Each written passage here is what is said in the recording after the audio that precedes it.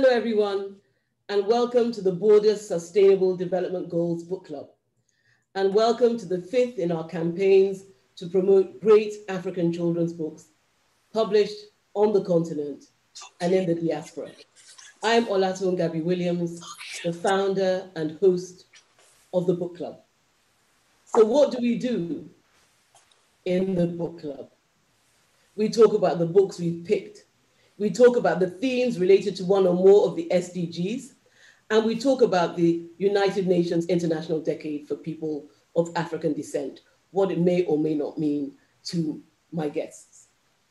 Since midnight, 26th of October, we've been campaigning around a delightful children's football book set in the world-famous football city of Liverpool. Jacopo Jacopo, football star, what a title. Is written and was self-published by Phina Oruche, a Nigerian actress.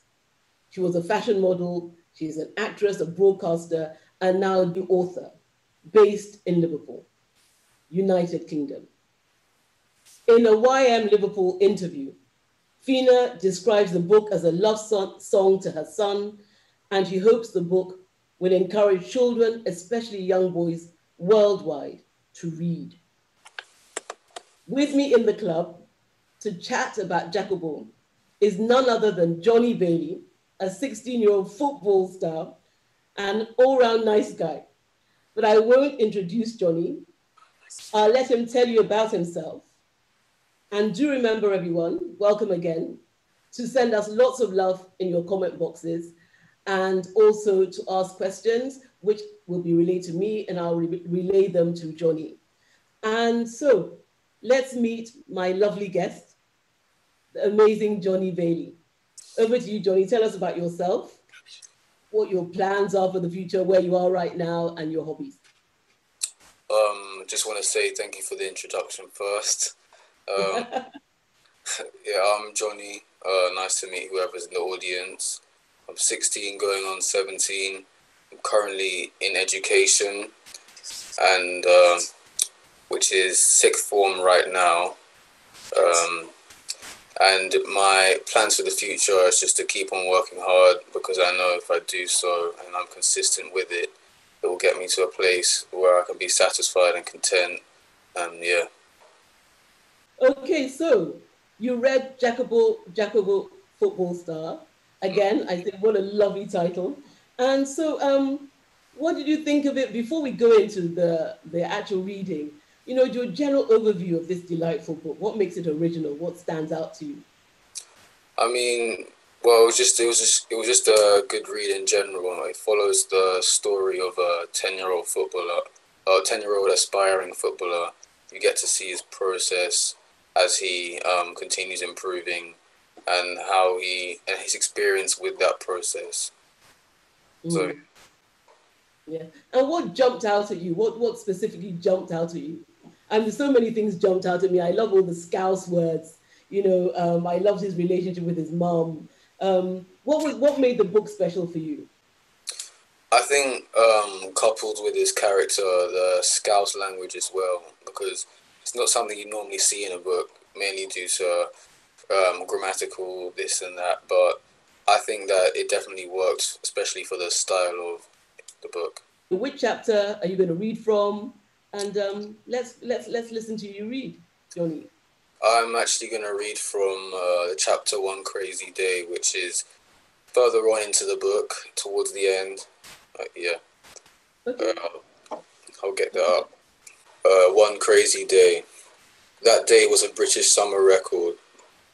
You know, one where the papers say, phew, it's the hottest day since 1976. And immediately everyone starts moaning, oh, it's too hot, it's too close, you can't work in this weather. I was hustled off to Liverpool Academy's ground because after my epic match, they wanted to check on me. My mum was fuming. She said, what do they want? Me mum's biased though. She thinks it's too much to do to a young boy. I just want to kick a football, me. It still felt awesome to walk back into the academy reception. This time when we went in, the receptionist said, hi Jacopo, when I walked in. She knew my name. The other boys just looked at me. I tried to hide my smile, but it was difficult as I was grinning from ear to ear. This time I practically skipped into the changies and never looked back at me mum. Didn't need to.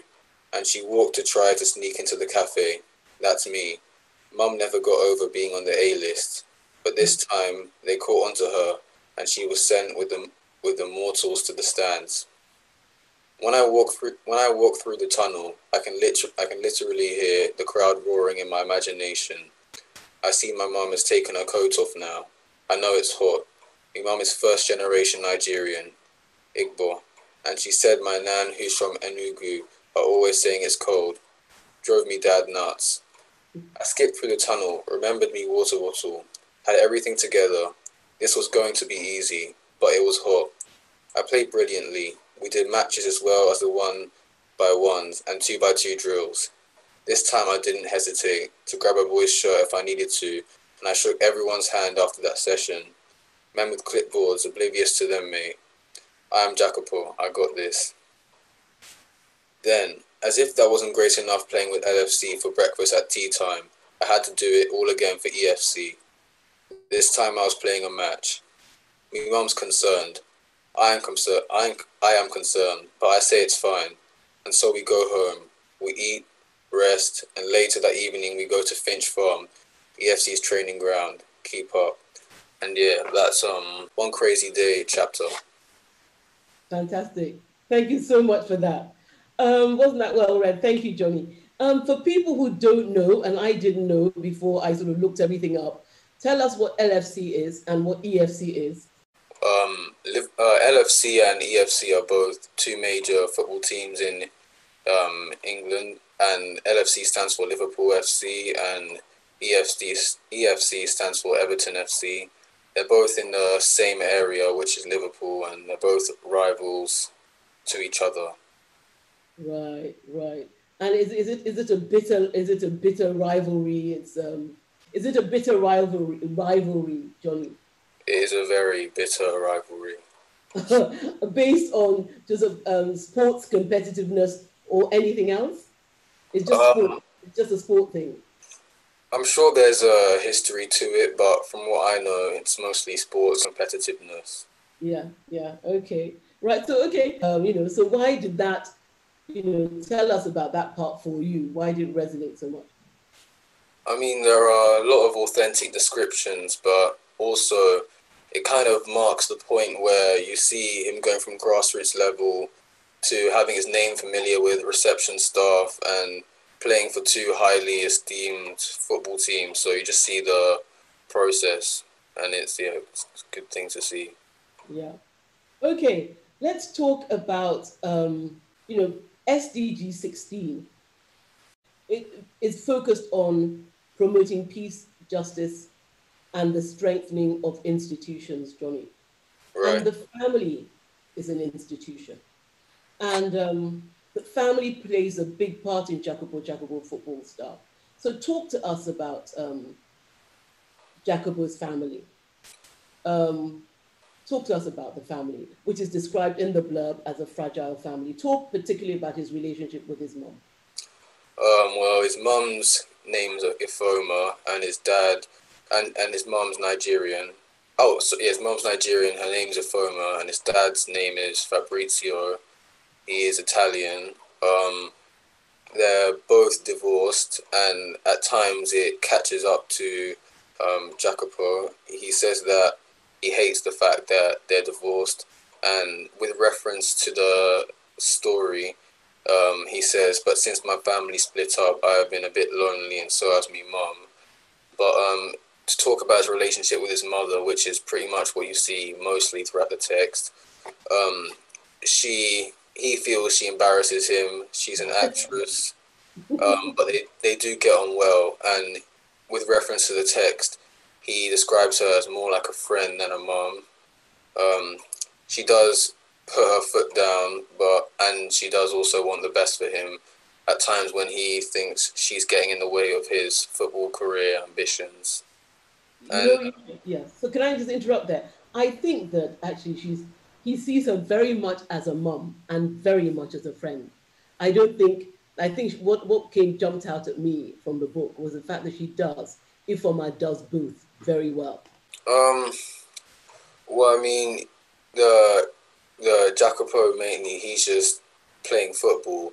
He doesn't really have much control over other factors, and we see his mum taking control of a lot of things that he can't get himself involved in. For example, when he was 10 years old, he wanted to get into the academies, etc., at an early age, but his mum just wanted him to play football and enjoy the game at an early age.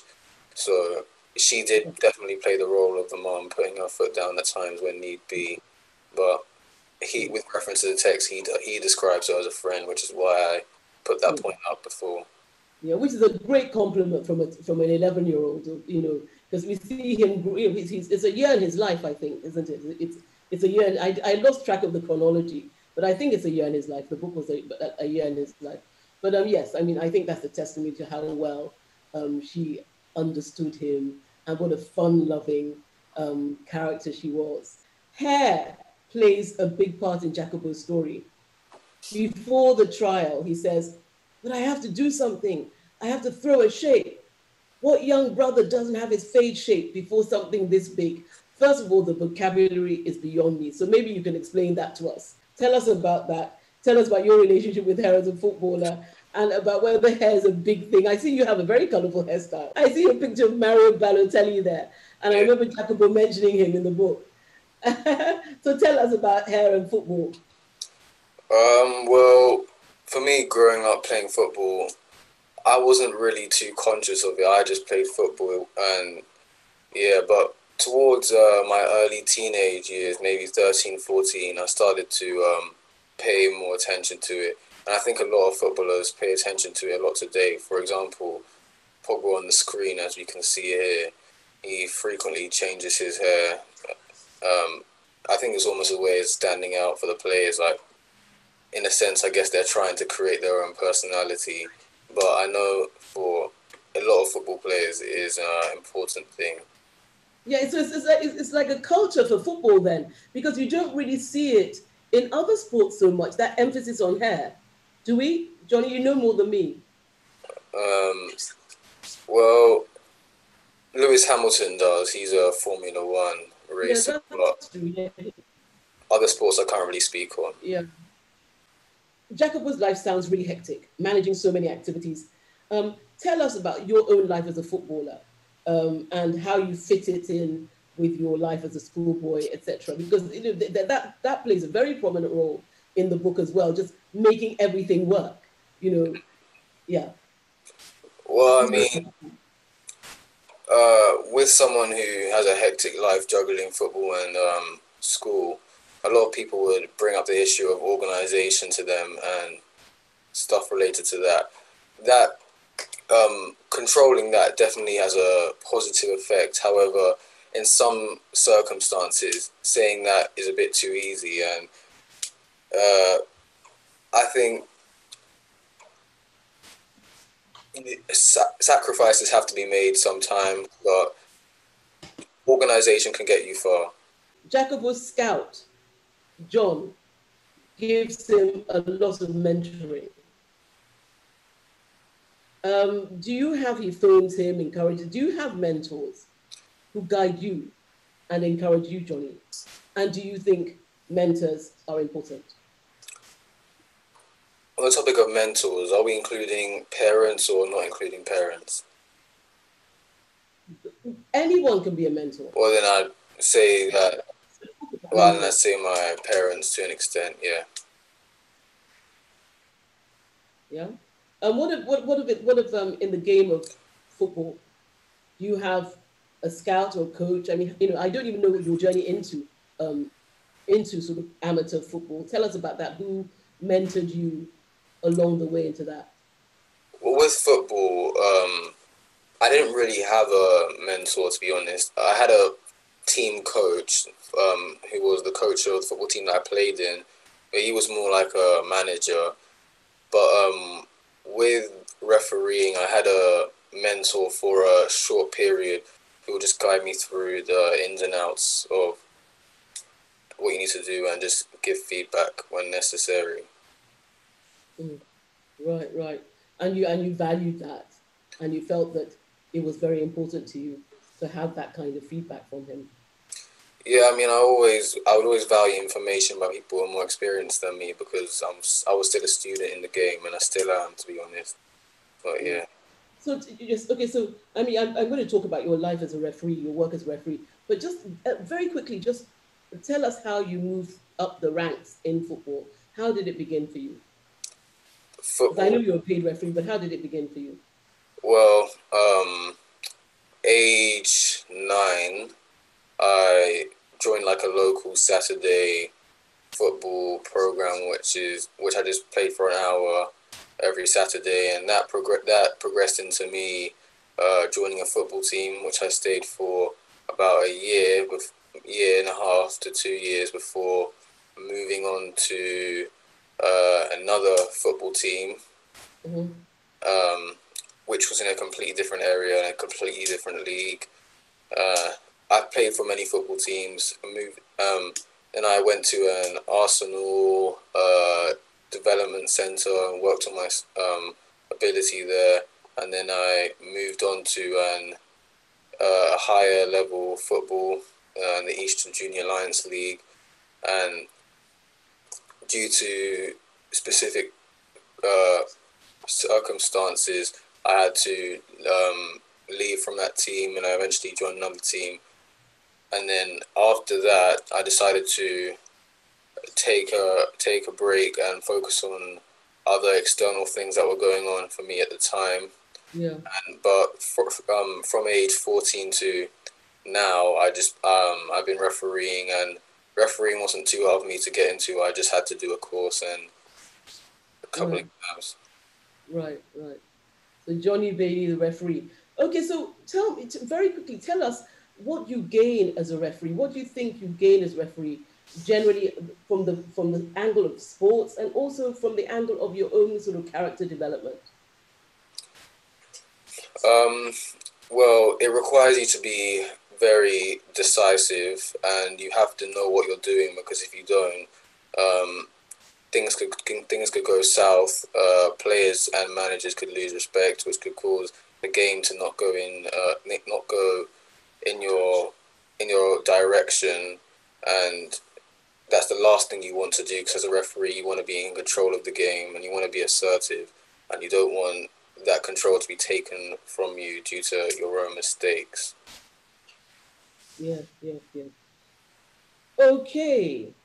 Very, very interesting. I like the decisive. I like the impact that kind of work and that kind of focus has on your character development and the way you look. It's it's very, very useful tool that you're acquiring um, for going into the world as an adult. So now let's talk about something that we have to talk about when it comes to football, and that is racism, Johnny, in football. Race relations, racism. It's a hot button topic issue with FIFA, the Federation of International Football Associations. And FIFA has been really working to eliminate it. Talk to us about your experiences as a footballer, and also, your view of racism or race relations in professional football. So talk from the personal angle first, and then talk also about what you see in professional football. Well, playing competitive football for me wasn't recently, but from what I can remember, there weren't too many instances of racism. But I'm quite certain that there may have been a few. At grassroots level, though, any type of racism is more likely to be stamped out quickly, because if it's just a parent on the side, the manager can just address him quickly. Um, with regards to my views on racism in professional football, what are you asking? Yes, I also asked about that. Yes, at the yes professional level. Um, Racism is definitely more common, especially amongst the fans, where there's could be 200,000 plus fans in a stadium, and you're not going to be able to pinpoint like a grassroots manager who's coming out with whatever jargon. I I know that the FA have been for a while pushing the no racism label, but I know it's definitely, instances are definitely common, quite common in the professional level. I asked Phina Oruche, the author, to give me a blurb about the book. And this is what she says. The book takes a look at the access to institutions that our young people of color have to tackle, and finds that the football academies have really worked hard in partnership to increase diversity and get a harmonious racial atmosphere for the generations coming up. She talks about, yes, that access to institutions for young people of color in the arena of football has really improved, and that concerted efforts are being made to promote diversity. Do you know anything about that, Jonny? Concrete, efforts being made specific, towards inclusion and diversity in, football clubs, academies. Not specifically. All I'm familiar with is advertisements on TV with famous players saying no to racism. Yeah. So let's talk about football as a unifier, which is the bright side of football. Tell us about your own experiences, things that have made you really happy at your level, and also things you've seen in the world of professional football that are really heartening. Well, playing the game is enough for me, but when you see good instances of sportsmanship, for example, if something goes down on a football pitch and instead of players reacting emotionally, they're able to solve it in a sportsman like way, which is always good to see. Yes, it is. Any experiences that you've had? I mean, yes, that's absolutely correct. Just playing the game in itself. But any experiences you've had that highlights, diversity, the happy stories of diversity and inclusion. Well, I mean, football. Well, people of all backgrounds can have football as a common interest. So when they get together and do that, it acts as a unifier in a sense, and it could break the ice in a way, especially amongst those who are uncertain around others. For example, yeah. Carry on. For example, dear. For example, carry on, Jonny. When you're at a football trial, for example, and there's a collective of people from different backgrounds there, and you all get into a football match together, and through that environment, interaction happens, verbal interaction, and then the ice is broken. Yes, I love the fact that Jacopo is a mixed race boy. I mean, it's not huge amounts about being mixed race in the book, but of course, he's the personification of diversity. Being a mixed race, he's half Nigerian. His mother's Nigerian. His father Fabrizio is Italian, and his best friend Ikim is also mixed race. And they have this sort of like League of Nations, a whole group of friends. I think when he gets to go to play in Goodison or something, they have that more or less like a party. They go in a convoy, and it's just like the League of Nations. It's one of the things I love about the book, is that it's so colorful, And for me, that's one of the very heartening things about diversity. It's just so rich in color, and okay. So we've talked about 16. We've talked a little bit about SDG 10 in terms of inequalities and how the efforts that the academies are making to integrate and these institutions to promote diversity. You've talked to me about your experience, and of course, SDG 11, which is safe cities, is not possible when there's such strong discrimination between demographic groups or against demographic groups, it's impossible to have a safe city in or resilient city or even a sustainable city. It will lead to, without equality, without integration, it will lead to protests. It will lead to violence. It will often escalate into violence. So it's important that these moves are being made to promote inclusion and diversity, and that these children who have so much energy are being channeled into these institutions that build them up and promote and celebrate their difference. Okay, so let me read again a bit from the blurb that Phina Oruche provided. Is there more to it than kits and keks and kickabout? Definitely. It's about partnerships, cooperation, hard work, which if Jacopo perseveres will lead to economic wealth and the ability to give back and help those in the community. What else does the journey involve? As he rises through the ranks, he gets a superior education. And as a result of the football, the sport, the physical activity, Jacopo is fit, healthy, with his friends, alongside his friends, and they are well positioned for success. So talk to me about the other relevant SDGs. Jonny. SDG 11 was something I was going to bring up. I know you brought it up as well, but sustainable cities and communities is something I feel is that could definitely play a factor in how in the process of an aspiring footballer to achieve what he's trying to achieve. For example, if the community is not very safe and stable, it could cause a lot of external factors to get in the way of the aspiring footballer's passion, a negative impact. Yes. Of course, good health. Sports, the promotion of sports for young people, it really does promote. It's better than sitting at home watching TV and eating hamburgers. So it's these books they foster a culture of good health and well-being.